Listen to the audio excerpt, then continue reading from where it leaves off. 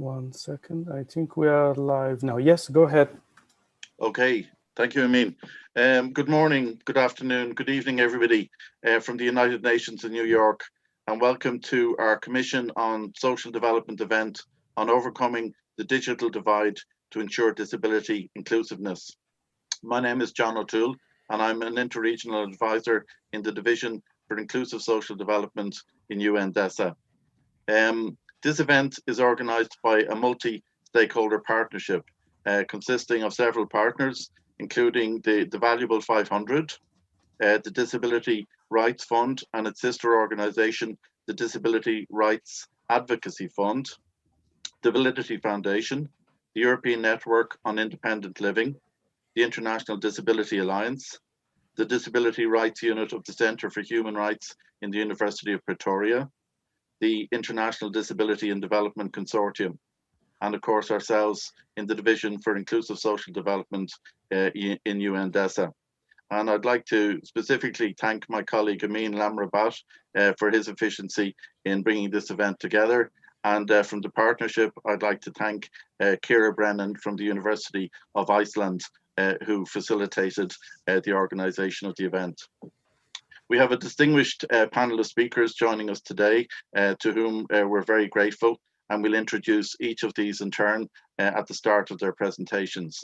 And we have over 300 participants with us today from various parts of the world, and we hope that the technology holds up because of the different connectivities across the world, and international sign language interpretation and closed captions will be provided for this event. So it's my great pleasure to introduce Daniela Bass, the Director of UNDESA's Division for Inclusive Social Development, to open the event and to share her insights with us on this important and timely topic. Daniela, the floor is yours. Thank you. Hello, John, and hello, everyone. I hope there is no echo. No, it's good. Thank you. Good, lovely. It seems that Amin during this commission is a star. So thank you very much to Amin, actually, because he's doing an amazing job. Amin is our information officer in the Division for Inclusive Social Development in the Department of Economic and Social Affairs. And for those who might not know it well, as John said, I lead at the division, and it's a real honor. And this event that John actually organized, so congrats to John as well, is really timely.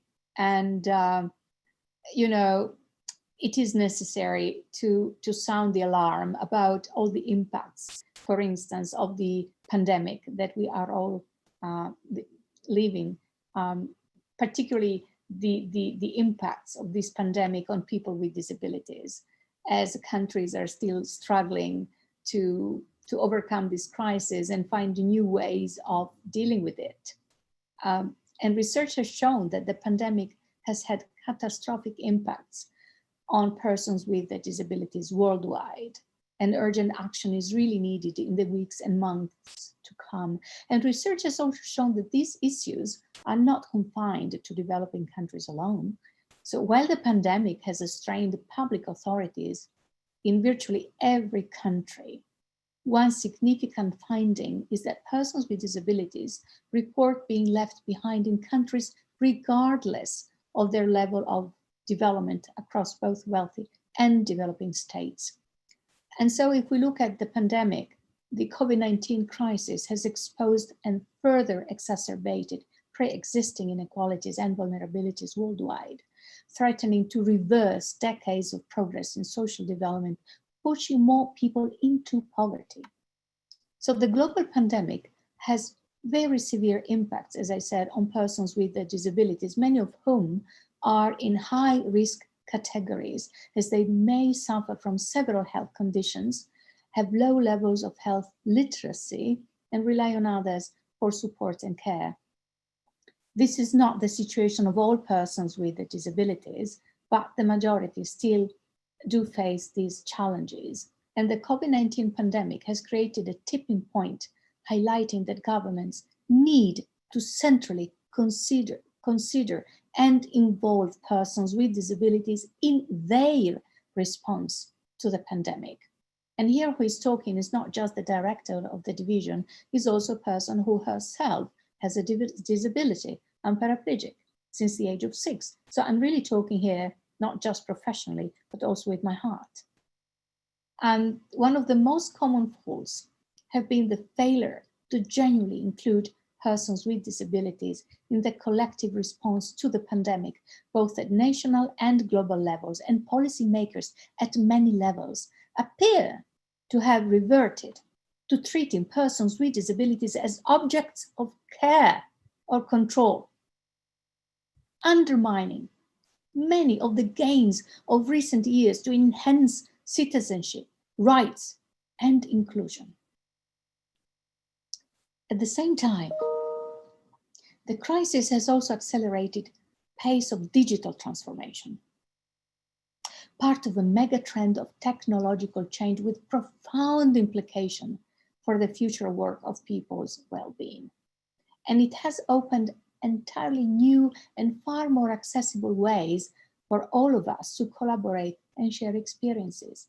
And the central focus of this event today is overcoming the digital divide to ensure disability inclusiveness. Digital technologies are important facilitators of social inclusion for persons with disabilities, as technology can help to break traditional barriers to communication, interaction, and access to information. However, it is important to note that digital technologies are not sufficient by themselves to bridge the significant gap in socioeconomic inclusion of persons with disabilities, and they cannot substitute the human factor.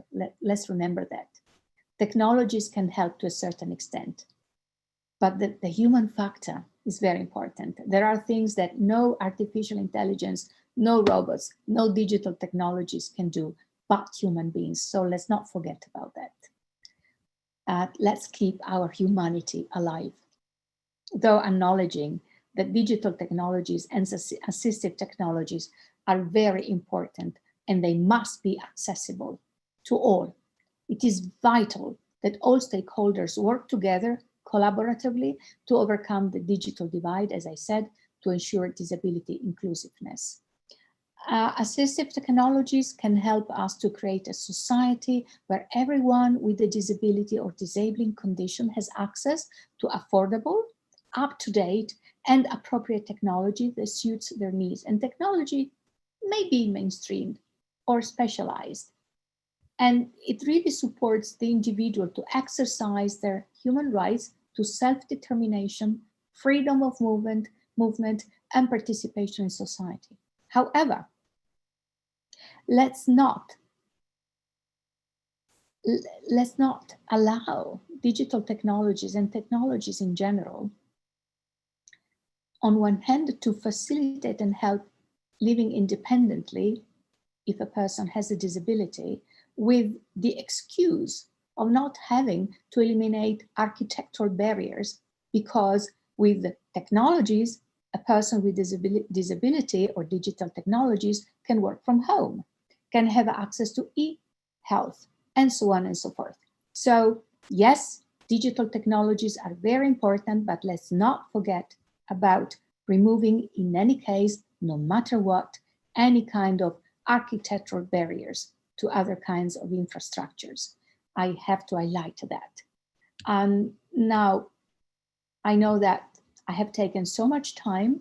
It's a topic that I consider to be extremely relevant, not only because of the Commission for Social Development policy theme this year, digital technologies, well-being, and social development, but because we are living in the 4th industrial revolution, and technology and finance are those that presently are somehow leading the world in some parts of the world that is more developed. So we have to make sure that no one is left behind, no country and no person. So digital technologies are important for all people, including persons with disabilities. And I think that I will stop here, John. I hope that I didn't lose the focus of the meeting of today. I just wanted to add, as you said, some of my thoughts. Thank you for giving me the space. You're mute, John.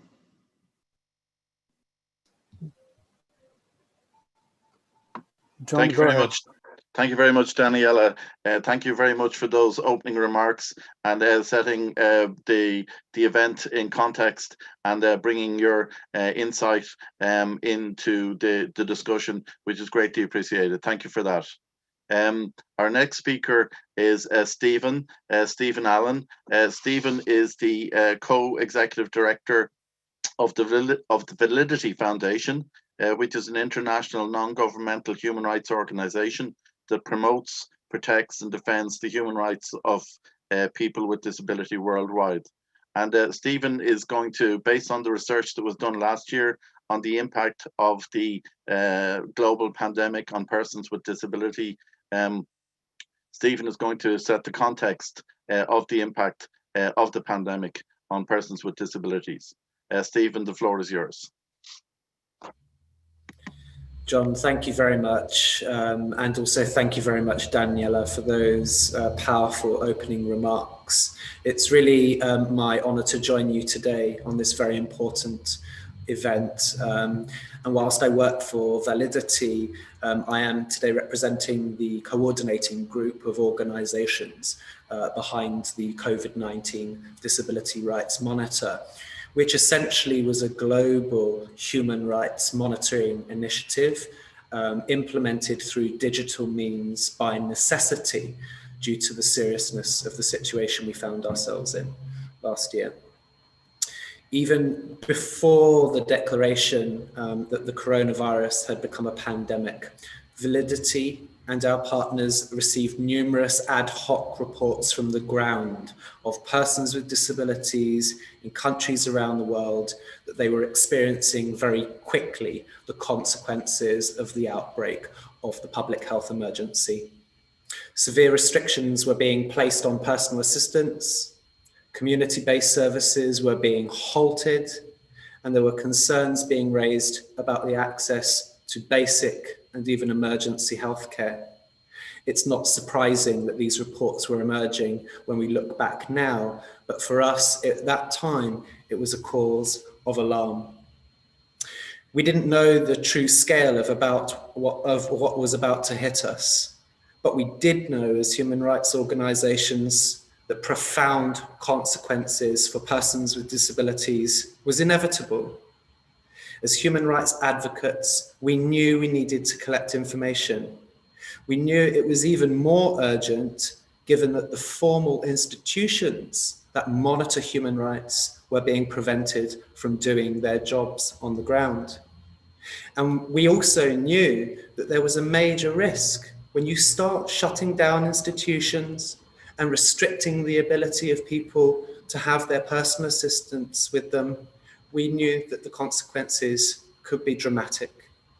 And indeed, our drive to set up the Disability Rights Monitor was enhanced when in April, we wrote to the Director General of the World Health Organization to ask, what information is being collected?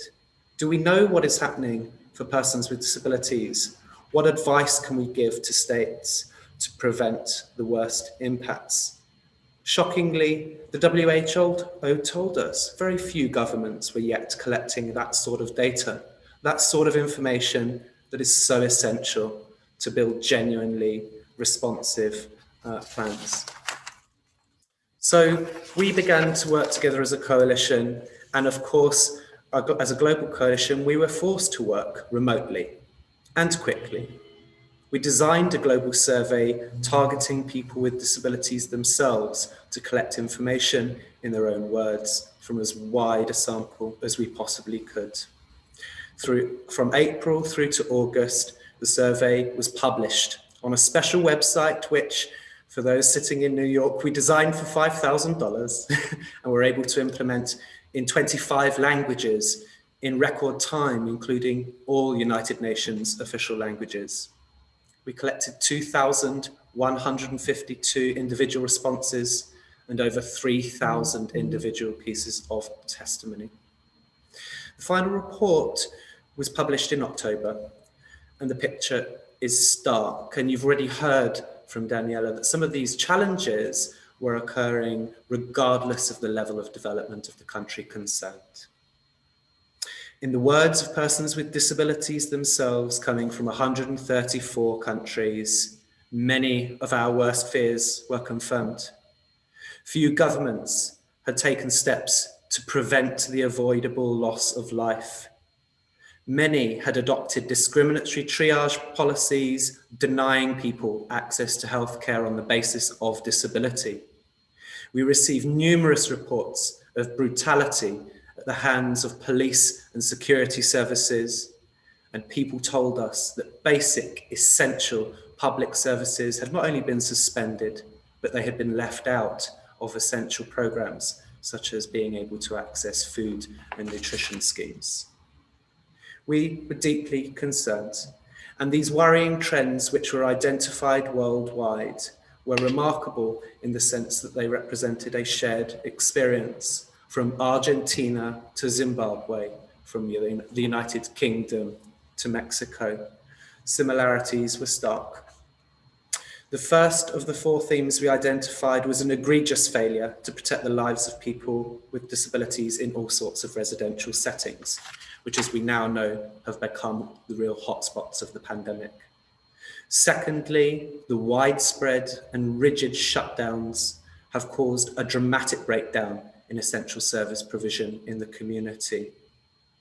Third, we uncovered serious and multiple human rights violations against particularly underrepresented populations of persons with disabilities, including women and girls with disabilities who experience more violence, children with disabilities who've been denied access to online education, and homeless persons with disabilities who are either rounded up or completely left out on the streets to fend for themselves. And finally, as I've already mentioned, discriminatory triage healthcare policies continue to be a concern of people expressed worldwide.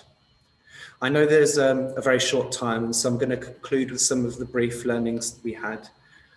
First of which was that this pandemic has forced us all, both civil society, international organisations and governments, to adapt and work in different ways. The only way that we could get a picture of what was happening in the world during the lockdown was to implement an online global survey. That was the only possible way to collect that information. Secondly, our methods of independent human rights monitoring stood us in good stead to be able to adapt. We were able to ground our research in human rights norms and implement this in the online world, and that was crucial. Thirdly, you can gain very large-scale engagement from an initiative like this very, very quickly, and on very limited resources. Nevertheless, as Daniela has already said, digital tools alone are insufficient, and we are painfully aware that our survey could not capture the experiences of those most left behind. And in civil society, we have some capacities, but they are limited to get to the most hard to reach, and we've got to place the effort on those individuals. And finally, whilst the benefits of online tools can clearly be seen, and I would fully agree that they cannot take the place of genuine efforts to involve and reach out to those furthest left behind. Indeed, the critical factor in the success of any recovery from this pandemic will be to place the concerns and the demands of and the leadership of persons with disabilities at the front and centre. Our online tools can help to facilitate some of that, but we have to start with the principle first, and that is of a genuinely inclusive recovery, with persons with disabilities at the front and centre of the response hereon. Thank you very much for the opportunity to speak with you here today. Thank you very much, Stephen. That was very clear, and you echoed exactly the message that Daniela made in her opening remark. So thank you very much for that. Our next speaker is Bhaskar. Bhaskar Batterjee is the founder of the DPO's CSocD59 and the focal person of Digital Accessible Information System, which is DAISY, at Young Power and Social Action in Bangladesh. He works for the government of Bangladesh and he's a consultant on disability. He's involved in creating an enabling environment to encourage innovations for empowering persons with disabilities, particularly through the award-winning project of multimedia talking books for students with visual and print disabilities. Bhaskar, we're very pleased to have you here with us today, and over to you. The floor is yours. Thank you. So thank you very much, ladies and gentlemen. I am very excited to be part of this discussion, and I am really grateful to you for inviting me. Today, I would like to share some of my personal experiments, which I have experienced in my entire life through digital discrimination. I was born in a village, in the rural village of Bangladesh, where there was no doctor and hospital. Eventually, I became blind. Since then, my whole life was a struggle. I didn't get a single accessible books in my study. I never ever get any technology during my childhood, even till my university career. I just can remember my total educational career was through manual system. My mother read books. My father, after returning from office, he recorded manual cassette for me. So there was no technology. Even I never ever dreamed a blind people can use computer or internet or a smartphone, because there was no example. My total entire life was changed when I was awarded a international training program. It's called Daskin Leadership Training in Japan. For the first time, I have touched a computer. For the first time, I have learned how people's life can be changed by the technology. For the first time, I was experiencing a smartphone. After return from Japan, I have just started work to overcome all the challenges and minimize the digital gaps. Ladies and gentlemen, I believe there is 3 important factors for reducing digital divide. One is accessibility. Accessibility, I think, one of the big factor for minimizing digital divide. There is many technologies are available now in our country and globally, but none of them sometimes are fully accessible for people with disabilities. Such as like a smartphone, the low-cost smartphone are not accessible for a person with visual disability. It's not supported through text-to-speech, etc. Websites are not accessible because of that there is no standard has maintained. Even though there is a global standard such as W3C 2.21, but it is not localized in a country level like Bangladesh. So accessibility really a very important to minimize the digital gap. Another very important point is affordability. People with disabilities are the poorest of the poor in the society. We are not able to procure a very expensive software, such as screen reading software, very high configuration smartphone, etc. For that, we are really deprived from the using technology. But we are overcoming these challenges by creating open source technology such as NVDA screen reading software. Today, I am not using any expensive software in my computer. We are trying to use all the open source and freely available software, which are now becoming popular in country like Bangladesh. Another big important point is the awareness. Still, people don't believe we people with disabilities are equally able to perform through social media, through internet, through technology. We can perform like others with the support of technology. So we need to create a positive awareness about the ability of people with disabilities, which they are overcoming through different assistive technology. I couldn't find any difference with me and my colleagues who are working in Prime Minister office, who are working in different offices of Bangladesh government, as I couldn't see any difference, as I can do everything like them, emailing, social media, writing reports, whatever I can do. Ladies and gentlemen, the non-disabled pairs may read the newspaper taking on your hand by using your eye. As a visual impaired people, every morning I am reading the newspaper by using my smartphone. Do you see any difference with you and me? I don't think so. However, for overcoming all the challenges, Bangladesh government have taken lots of initiative. 5 years ago also, there was not a single accessible books for the visually impaired and other persons with disabilities. We have innovated multimedia talking book, which is full text, full audio, and accessible for all, including visual, print, and learning disability, which was awarded by many international awards, including WSIS. So it became a model for Bangladesh and other part of the world. We have innovated accessible book reader, which is very low cost, and we at government are freely distributing among the students with disabilities in rural part of Bangladesh. And we have developed accessible dictionary. You can visit www.accessibledictionary.gov.bd. Ladies and gentlemen, in my student life, I touched the big size Bangla Academy dictionary, and I never ever believed or thought or had dreamed that I could read it like others. Today, it was possible because of the technology and because of the government support, because of the disability rights movement, which was supported by many organizations like Disability Rights Funds.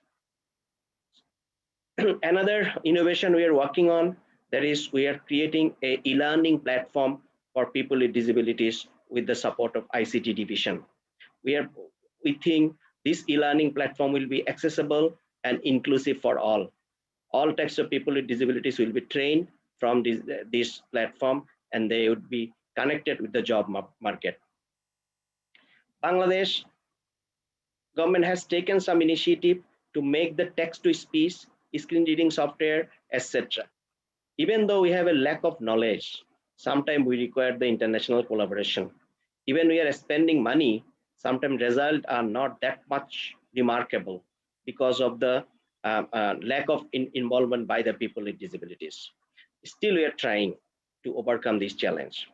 Bangladesh is I already told you, Bangladesh is the one of the first country who have ratified the UN Convention of Rights of Persons with Disabilities. We have adopted, followed by that, we have adopted Persons with Disability Rights and Protection Act 2013, where there is a separate section regarding ICT accessibility and digital access inclusion. And also, Bangladesh would like to achieve the SDG goal. And as you know, at least 7 goals directly mention about the disability rights.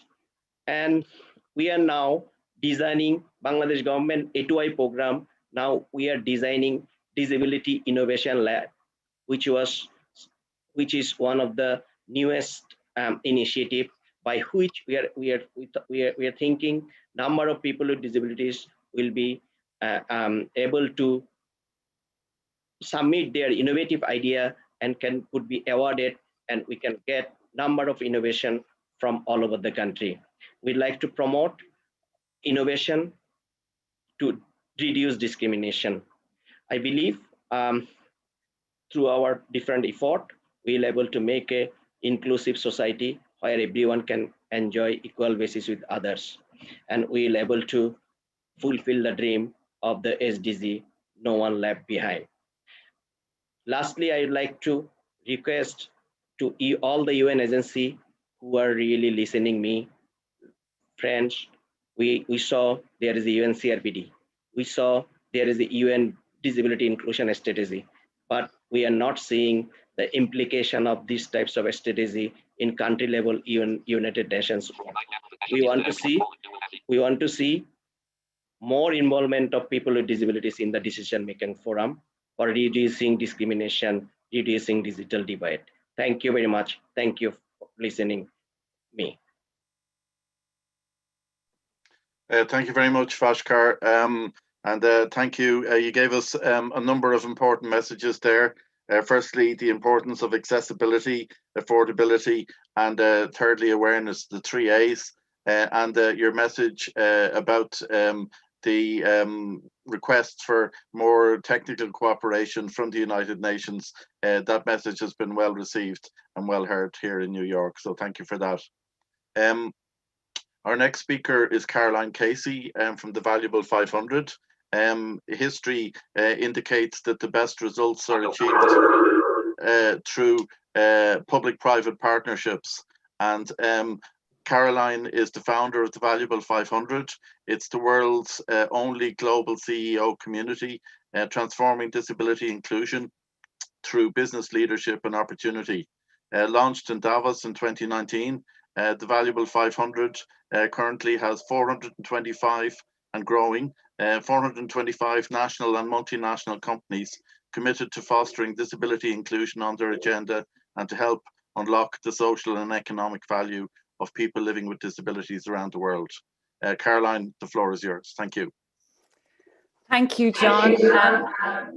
And thank you, everybody. I am really delighted to be here. I really believe that we're in the decade of disruption, and the core to how we are going to recover inclusively for all, as Stephen has said, is in an integrated, intersectional, and interdependent approach. Core to all of this is collaboration and the collective energy of bringing different experiences and voices to the table.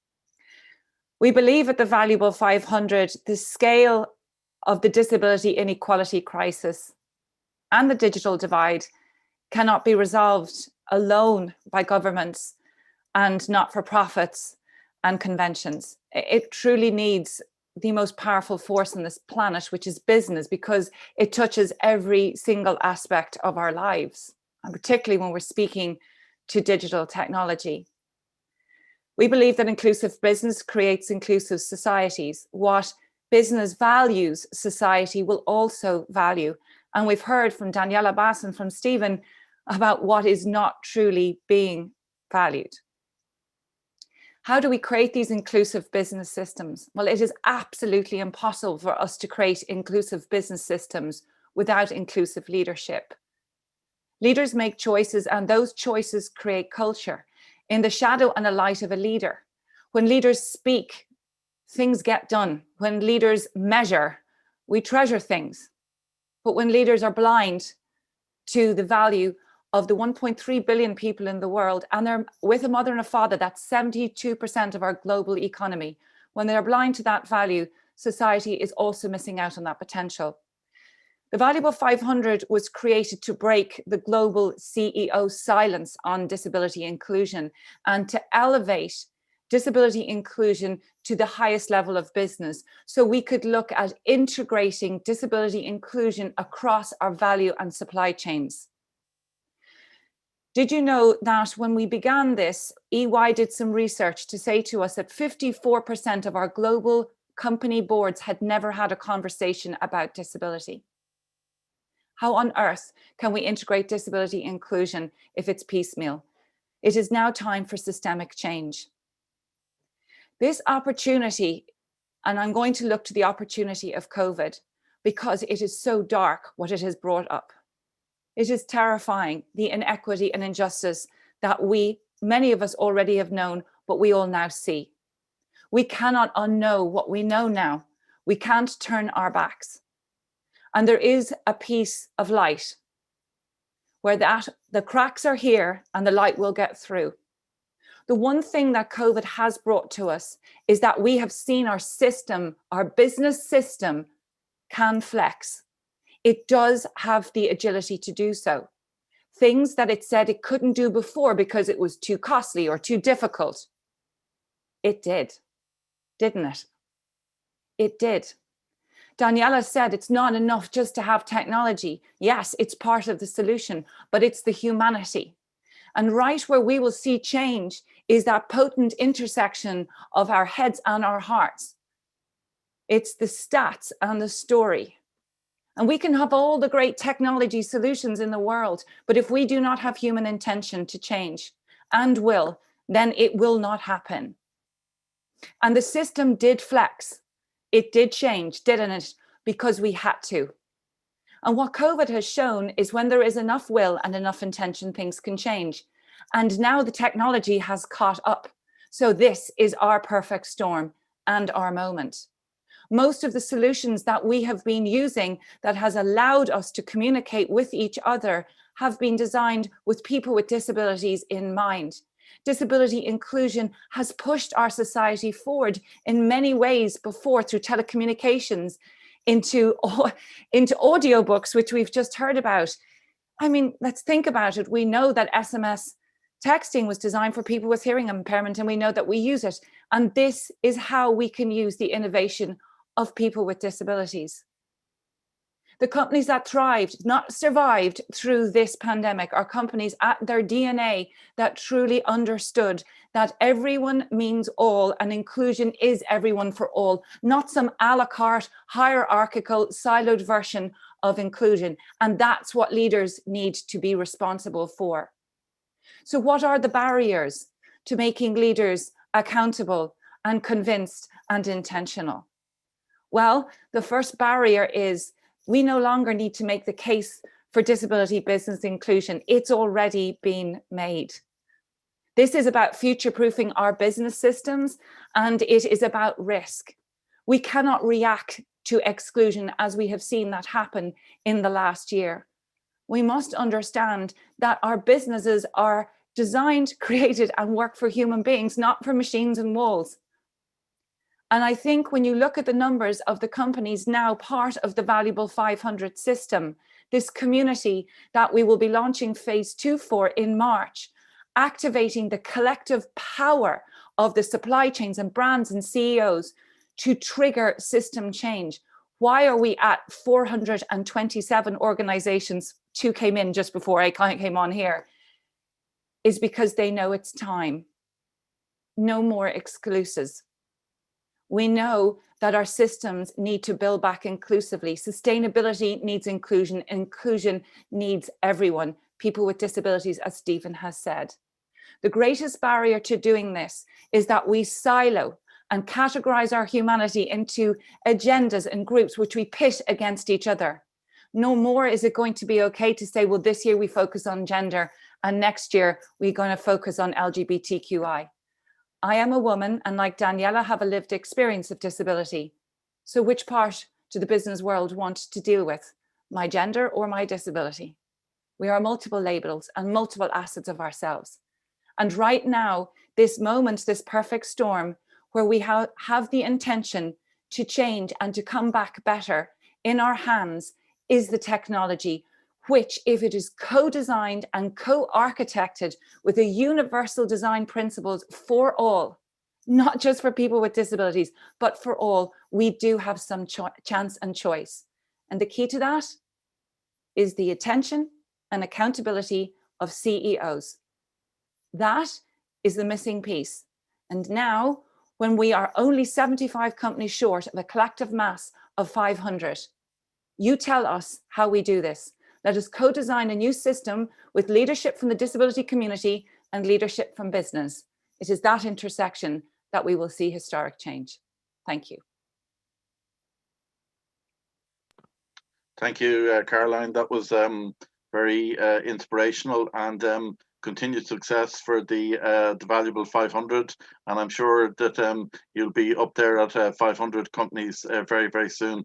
So the very best of luck with it. And we look forward to working with your organization in public-private partnership in the months and the years ahead. So thank you for that. Our next speaker is from the corporate sector. Christopher Patno is the head of accessibility programs and disability inclusion for Google. Google is a household name. It's a company that we all use several hundred times a day. Christopher leads Google's efforts around the accessibility of product, people and partnerships, and he has more than 20 years experience in the tech industry, where he has built hardware, software and services. His current passion is accessibility at the intersection of immersive technologies and consumer hardware. So I'll let Christopher tell us about what he's doing and how Google is making huge progress in this space. Over to you, Christopher. Thank you. Thank you, John. And boy, I always hate following Carolyn. It's such a hard act to follow. With an eye to keeping time for the panel discussion, I'll make just a few brief comments. There's two parts of my role. My role is the head of accessibility programs and disability inclusion at Google. The disability inclusion part, this is about making Google the best and most equitable place to work for people with disabilities. And we do this by getting executive buy-in to create processes and install people who makes it their responsibility to make all aspects of the experience of people with disabilities better, be it hiring, retention, third-party or internal tools, and more. Now, through this work, we've received a score of 100 on the DEI index for 2 years in a row. But what that really means is that we're on the right path, that we're not done. There's plenty of work to be done. The second part of my work is we are responsible for making sure that all of Google's products and services are accessible. And with a company as big as Google, this is quite a job. We do this in collaboration with the community in almost every aspect of what we do. And we do this by leaning into our strengths. We do this by making sure all of our mainstream products like Gmail, Google Docs, Google Meet are accessible. We do this by making sure that our core platforms like Android and Chrome OS are accessible. And we do this by creating AT and making it free for everybody. That's one important thing for us to realize, that all of the AT that we create, whether it's embedded in mainstream products or bespoke products, are free. And I want to use captions as one example that sort of cuts across many different areas of our work. For example, we have captions for free in Google Meet for anyone. And we actually have it in multiple languages. It's English, Spanish, Portuguese, French, German. This is something that's so important. We make it free for everyone. But we also have captions in tools like Live Transcribe, which is available on the Android platform. This is a tool that allows you to have a conversation with someone in 80 different languages. And if you're not verbal, you can text, you can type on the keyboard and have a conversation back and forth. And this is something that we built in collaboration with the Gallaudet University and people within Google and our trusted testers outside of Google. So by virtue of working with the community, you can create products and services that meet people's needs. Continue with this caption theme on Chrome, our most recent version of Chrome, we've now released live caption for anybody in the world for free, now in English, more languages coming in the future. So all you need to do is have a web browser, and any video on the internet, any meeting that you have will now have captions. And we give this away for free because this is so important for people to have. We also lean into other skills that we have, like machine learning and computer vision. I'll just talk about one more product. It's called Lookout. It's another product on Android. And this is designed in conjunction with people in the blind and low vision communities. And what this does, it uses machine learning and computer vision to describe the world around you. It'll take text and read it for you. But the cool stuff is it makes your life easier. It will help you read your mail, but it will also read your US banknotes because they all look the same and feel the same. You can't tell. So people now have the ability to be independent. They don't have to say, is this a 50? Oh yeah, it's a 50 here. There's a lot of trust that needs to happen. And by giving people the power to be independent through these tools, we're making people's lives better.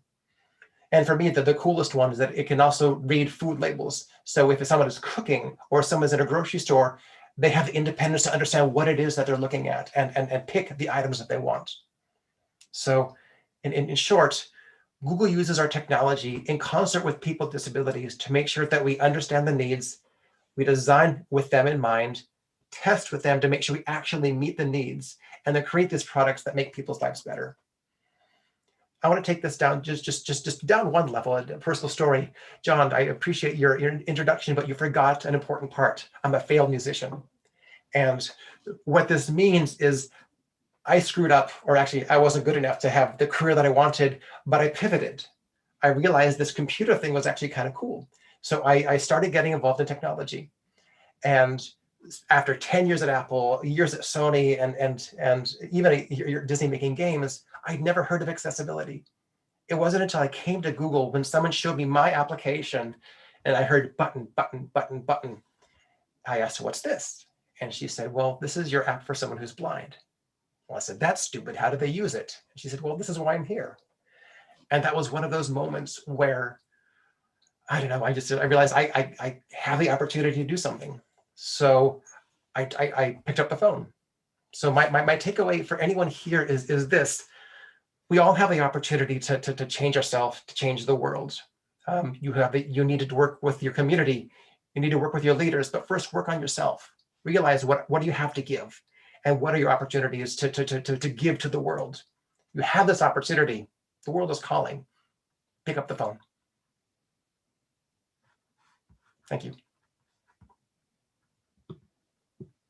Thank you very much, Christopher, for those real-world practical examples. And I see in the chat box there's questions from different parts of the world. So we might ask you to help us to address some of those questions later when we get to the discussion. And that was excellent. Thank you. Our next speaker is from the World Health Organization, Dr. Chapal Kashnabis. He's from India, and having worked for the government of India for 14 years, he founded Mobility India in 1994.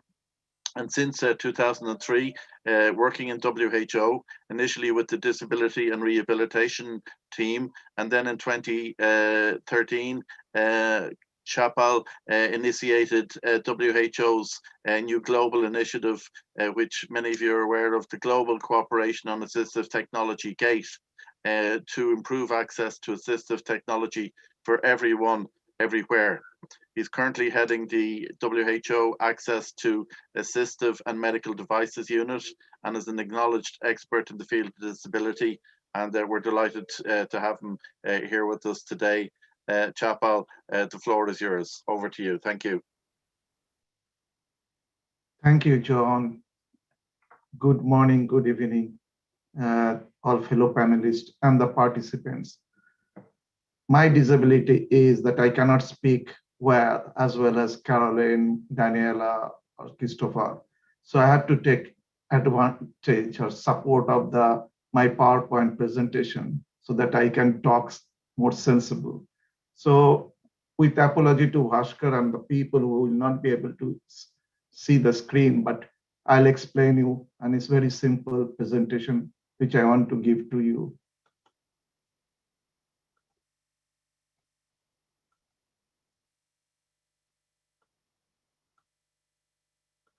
So I hope you all can see this screen.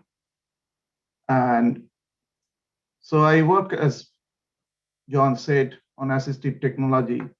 And I see that assistive technology is a key fundamental step, and Bhaskar very clearly said, and many of my friends said, this is the first step for any next step. You can't do anything if you don't have the basic assistive technology. So, but we also have to understand that whole disability demography is changing. Demography of assistive technology users is changing more towards older user. We say more age, more assistive products. So the issue of assistive technology is not only for people with disabilities. It's also for older people, people living with chronic health conditions, and of course, even many people who are not so-called labeled as disabled. But we also see more new products and technology are in the market than ever before.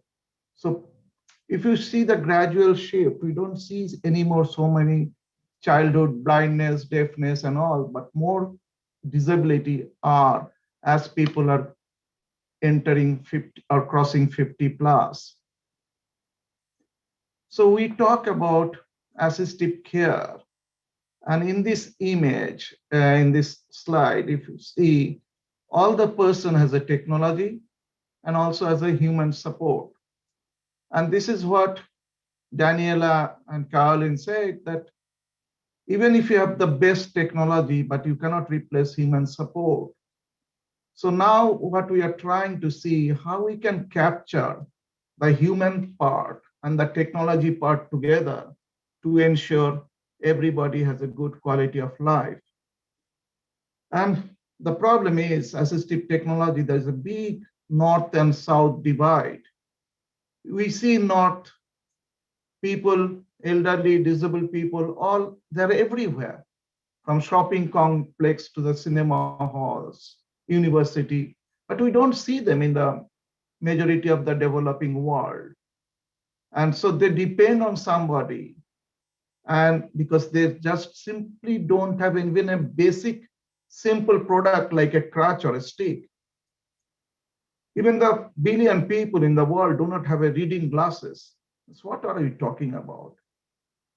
So we're not talking about anything, means a pair of glasses cost $1 or $2, but still we cannot make it happen in 21st century.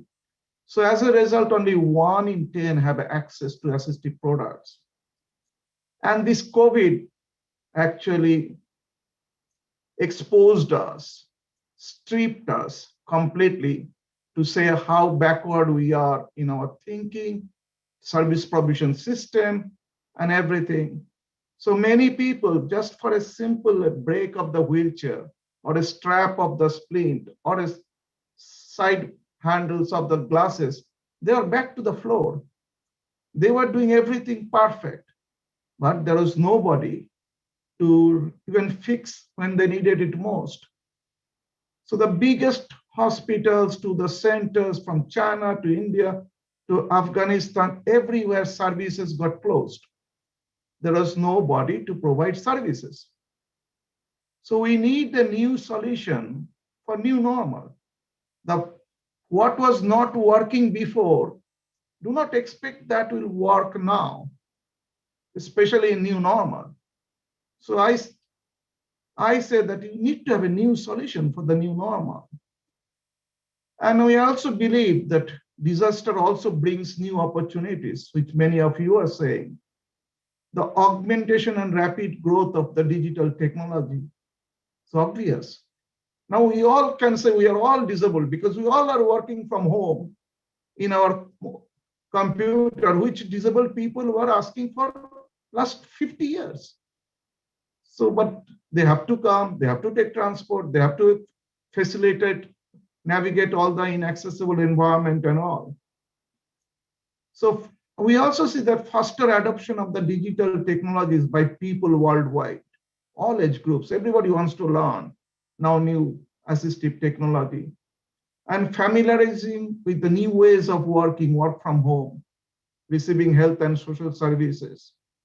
So what we need, combined effort is needed to ensure people needing the most such technology, such as persons with disabilities and older peoples, are not living behind simply because of the cost factor. Many people will say, yes, we understand, but it is expensive. So we are working for a new innovative solution where we are trying to see medical, technological, social. It's not pure medical issue. It's not pure technological issue. It's also a huge social issue. There's a lot of cultural issue. So we have to bring all this together to ensure that we have a total innovation kind of solution. So what we are doing from the assistive technology from WHO's perspective, we are pushing the boundary. We are going beyond assistive technology. So bonding the digital and assistive technologies together, connecting people, technology, and environment, because you cannot do it in a piecemeal approach. You have to keep all the ecosystem.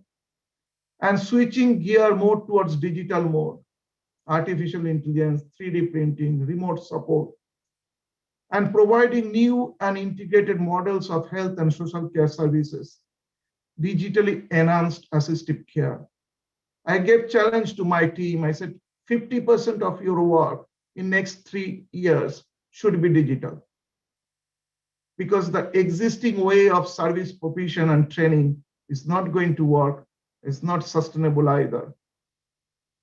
So new solutions for new normal. And our mantra is that going local and embracing digital. That's future. Go local, embrace digital. And optimizing the benefits of available technology, especially the mobile phones. Now you see mobile phones everywhere. Even the poor, even if they don't have 2 meals, they have a mobile phone. So take advantage of that. And developing a new generation of products and provision system we call Tele-80.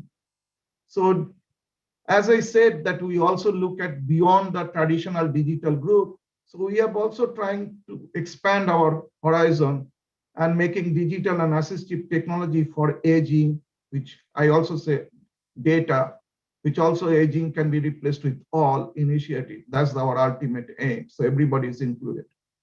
Now in the new model of service provision in new normal, what we realized, what we never counted, that user and the family as an important stakeholder.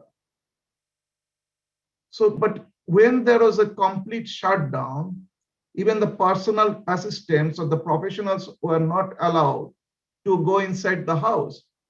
So there was nobody even to take disabled person out of the bed. So only so overnight, the family members became the professional. They started giving physiotherapy. They started doing rehab measure interventions. But why we have never looked at them? Why we never use the user, their immediate family members? So what we are trying to do, user, family members, caregivers, technology, how we can harness and bond together for a new way of service delivery. So we call it Tele-80, optimum use of technology and available human resources to provide and maintain assistive technology at home, home delivery. If pizza can be delivered at home, why not a wheelchair can be delivered at home? So that's the thing. And also trying to see the equation, how the disabled people and their family can be equal partner in this process, not the passive receivers. So coming to Secretary General's last decade of SDG call, global action, local action, and people action. This is what 3 actions. So what we are trying to do at globally, developing smarter solutions, or organizing more resources, and then we are task shifting these to local authorities, taking advantage of the artificial intelligence and remote support. We are making all this information available in the local mobile phone. So anybody has have a mobile phone, they can have all this information and their thumb tip. So we are trying to see that people with disabilities, their organization, older people, and they should bring the change. It is they should be, has to be forefront rather than the professionals. I give one close example how we did it. We were doing a capacity building of primary health care workers in Anantapur district of India, in quite a remote place, using digital technology. So I got the experts from Australia, Africa, Europe, and also with the local support from Bangalore. We delivered this training in Anantapur district. And it became possible only because we have the digital technology. And we are gearing up how to make. So the primary healthcare workers, whenever they come across any disabled person, if they do not know what to do, there will be a remote support to support them. And there is a software, open source software, will help them to guide this. And what I say, that best comes out when one is challenged. COVID pushed us against the wall. So we have to come out with a smarter solutions. And this is what from the WHO we are doing. We believe in ecosystem. So we are working on the policy, products, provision system, and WHO Academy will launch this year in May, a full package of training programs, how to provide assistive products at the community level. And then we are putting all these pieces together, these jigsaw pieces together in a country, in a health system to provide these services.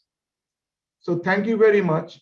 And if you want to know more about us, our work, get in, log in, and we are going to publish a global report next year with UNICEF, where most of these things will be captured and which will lead where we will be in 2030.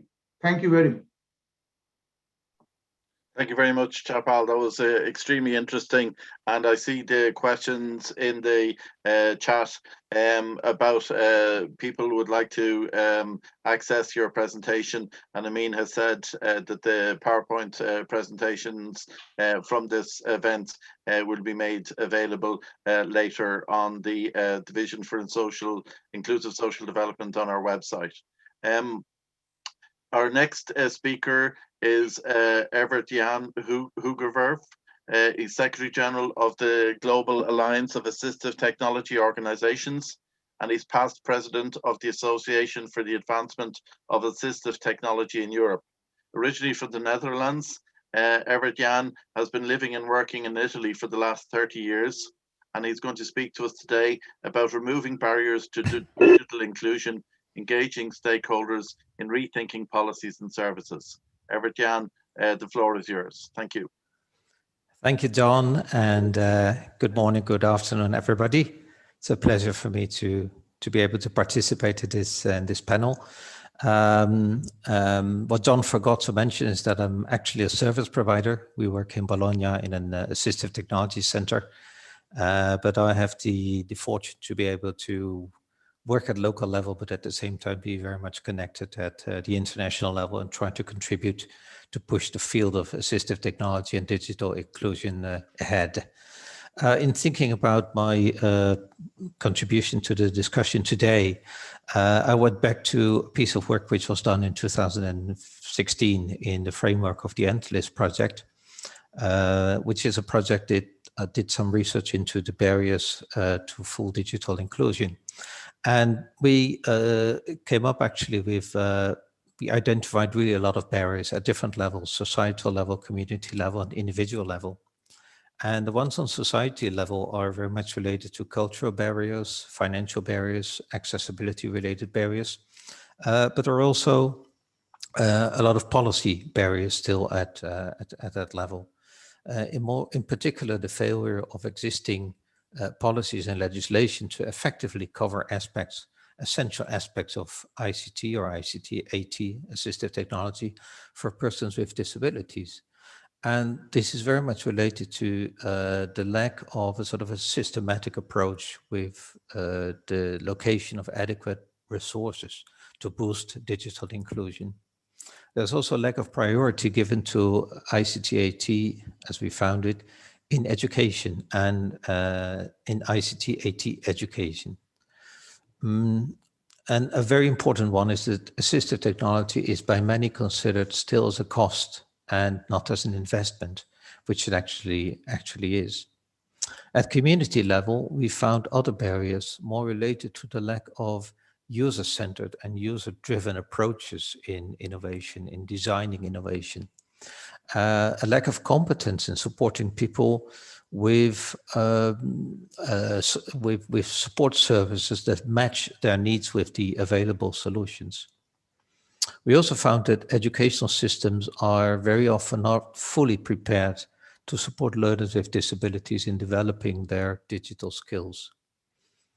And a lack of independent advice and knowledge centers. This is very, very important actually, because although there's more and more accessible mainstream available, there's still a lot of need for help, support in making choices around technology and how technology can best serve your specific needs and your wishes and your dreams.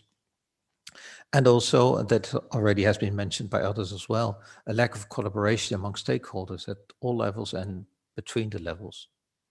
So that seems a quite dramatic picture. But at the same time, I think if we want to do something about it, we have to start from the lot of good practices that are available, and which actually demonstrate that it's not entirely true that these barriers are so unable to overcome. For example, when it comes to the lack of user-centered and user-driven approaches, there's currently a nice project going on in Europe, which is called the TRIPS project, funded by the European Union. And it has the aim to design, develop, and to involve people with disabilities on an equal foot in designing new solutions for the future inclusive public transport solutions and mobility solutions. And workshops are going on in different parts in Europe where this is done. And I'm happy to mention that Enel, which is one of the promoters of this event today, is among the partners in that project. When it comes to the lack of independent advice and knowledge centers, that's definitely a case. And in Europe, we had many of those centers, but quite a few of them disappeared. Now, you could ask why, but there are still some of them remain and actually are doing a great job. The one that see myself directly involved is the one in Italy, in Bologna, Emilia-Romagna's Regional Center for Assistive Technology. And what we do actually comes very close to what Chapal described as merging different viewpoints and trying together with the user in the center, identifying technological solutions that can best serve their needs or best meets or support envisaged life ambitions or life dreams or goals that people want to reach in life. So that's what the center is doing, and we do that with a multi-professional team. So with technical people, with people with backgrounds in education and social background, and health related. So occupational therapists most of the time in different areas of assistive technology, and this work is funded through the Public Health Agency. When it comes to a lack of collaboration between stakeholders, there's some very good news to bring to you today. Just last year in 2020, in July, a couple of international organizations of assistive technology professionals and stakeholders founded the Global Alliance of Assistive Technology Organizations. And we believe as a group in a world in which all people can access the assistive technology that they need. And we do that by sharing our competences and by developing ideas for research, for policy development, for education, for awareness raising. And if you want to know more about it, please have a look at the website, gato.org, and also how you can collaborate with us. So I come to my recommendations. As already mentioned, again, we need more coordinated approaches, more collaboration, but we also need to do more research. We need to have more data on the impact of the digital divide and on the impact of digital empowerment, so the positive impacts of digital empowerment. Believe it or not, there are still very little good studies that actually demonstrate the digital divide. And although we all know that it's there, you sometimes also feel that the digital transformation in society is actually a huge opportunity. And there are a lot of people with disabilities that are fully capturing that potential. We need to share more, better, good practices that are available all around the world. We need to invest more in the co-production of innovative strategies and how can we really address the digital divide with not only by more education and more programs and whatever, but really by identifying strategies that are co-produced and that come from listening very carefully and doing together with the community of people with disabilities.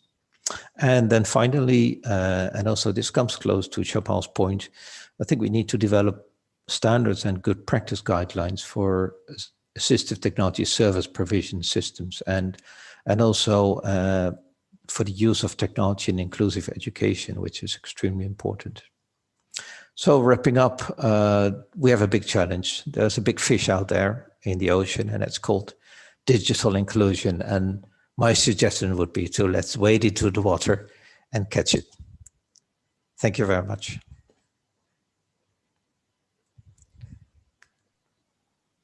Thank you very much, Jan. That was very clear. And thank you particularly for the 4 recommendations that you had in terms of research, sharing good practice, co-production of innovative strategies, and develop standards and good practice guidelines. And that's something that we in the United Nations, they're areas that we can work together with the other partners on developing and meeting those recommendations that you've put forward. We have a few minutes left, not very many. With 4 questions. So what I'm going to ask each of I'm going to address the question to 1 or 2 speakers and ask them just for a quick half-a-minute answer, please. The first question is for Caroline, and it's from Erica Dar. What is the Valuable 500 doing with the private sector to address the intersectionality of persons with disabilities and older persons? Caroline, would you have a short? Yep, very quickly, Erica. The Valuable 500 is only for private sector organizations with over 1,000 employees, and it is looking at intersectional human inclusion through the lens of disability. So we lead with disability, but we look to have an intersectional approach to human inclusion. Check out our website, www.thevaluable500.com. Really happy to talk to you and follow up afterwards if that is of use. Thanks a million, Caroline. That's fantastic. Christopher, a question for you from Tanzania, from Japara Mat Ogoro. I hope I've pronounced that correctly. And the question is there a portal to get access to free and open source from Google and other technology to help advocate for universal connectivity in Tanzania? Christopher, please. I said the place to start here is google.com/accessibility. This will provide you a listing of all of the tools that we provide. There's a section for tools, and that'll point you for the different platforms and the different tools that are there. If there's more specific open source questions, they can feel free to reach out to me. I'm on LinkedIn, and I'm happy to help connect any specific questions. Super. Thanks a million, Christopher. Much appreciated. The third question is from Chantal Messier. Chantal works in schools in Montreal, Canada, with children with disabilities, mostly developmental disabilities such as autism. With the current situation of online learning, it is difficult for my students to follow the curriculum using virtual platforms such as Zoom or Google Classroom. There are many distractions such as buttons and lights on the screens. What is being done to make virtual education more accessible to children with developmental disabilities? Thank you. Christopher, would that be in your area again? It specifically mentions Google Classroom. Probably most closely. I think the most important thing to do is more research, because one person's experience is very different than another person's experience, especially when dealing with ASD and other kind of learning disabilities.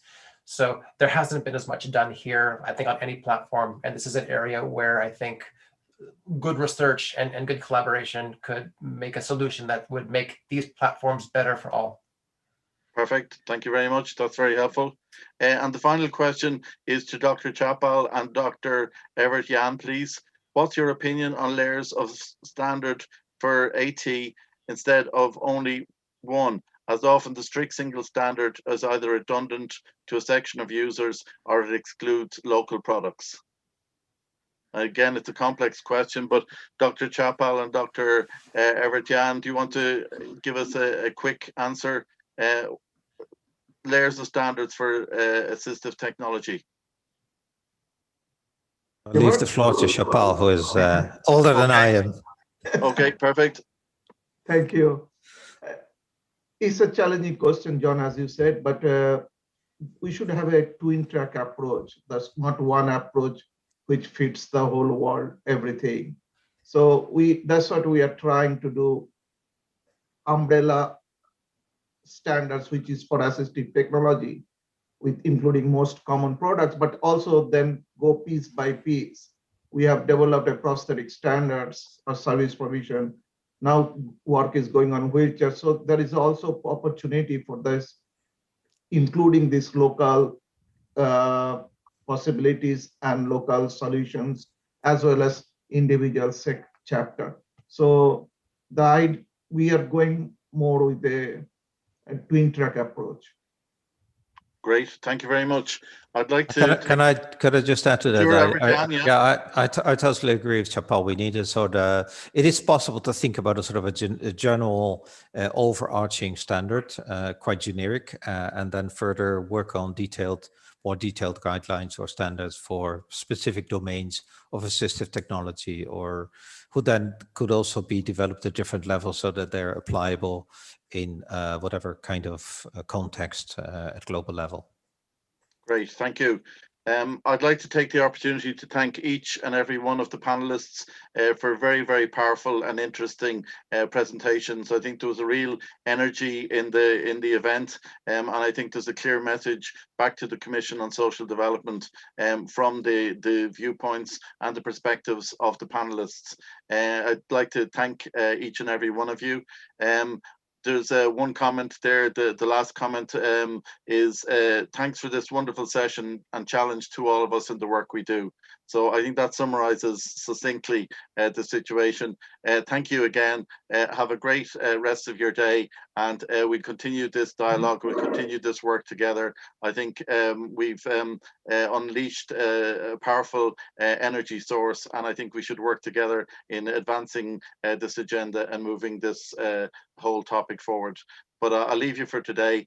Thanks again, and have a very